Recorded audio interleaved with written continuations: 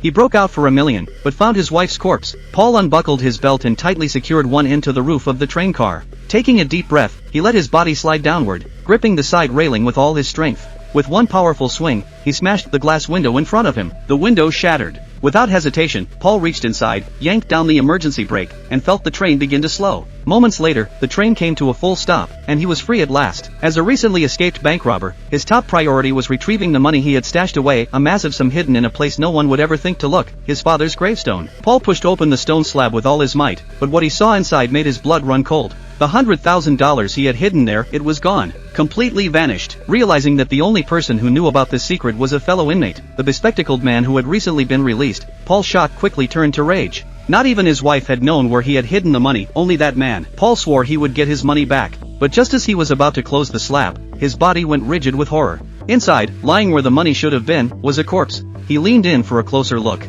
It was his wife, the woman he loved. Paul fell to his knees, shaking with fury and grief. The man he had trusted had not only stolen his fortune but had also murdered his wife in cold blood. Meanwhile, the police had just cracked a major serial murder case. But what they found at the crime scene shocked them even more. Paul's DNA was there. Fearing the killer would strike again, the authorities launched a massive manhunt. Every available officer was deployed to track down the escaped convict, Paul. But they had no idea they were after the wrong man. The real killer was the bespectacled man. Before his release, he had carefully collected strands of Paul's hair, planting them at the crime scene to frame him. But Paul had only one thing on his mind: revenge. Determined to find the man who took everything from him, Paul hijacked a car from a sleeping thug on the street. He remembered something crucial. While in prison, he had once secretly read the bespectacled man's diary. There was an entry that mentioned his hometown. Clutching onto that one lead, Paul floored the gas pedal, racing toward a remote town in the middle of nowhere. Upon arrival, he stood in the town's central square, scanning his surroundings. Spotting an abandoned house with a perfect vantage point, Paul made his move. With nothing but a thin metal wire, he picked the lock and slipped inside. From the window, he had a clear view of the entire town square.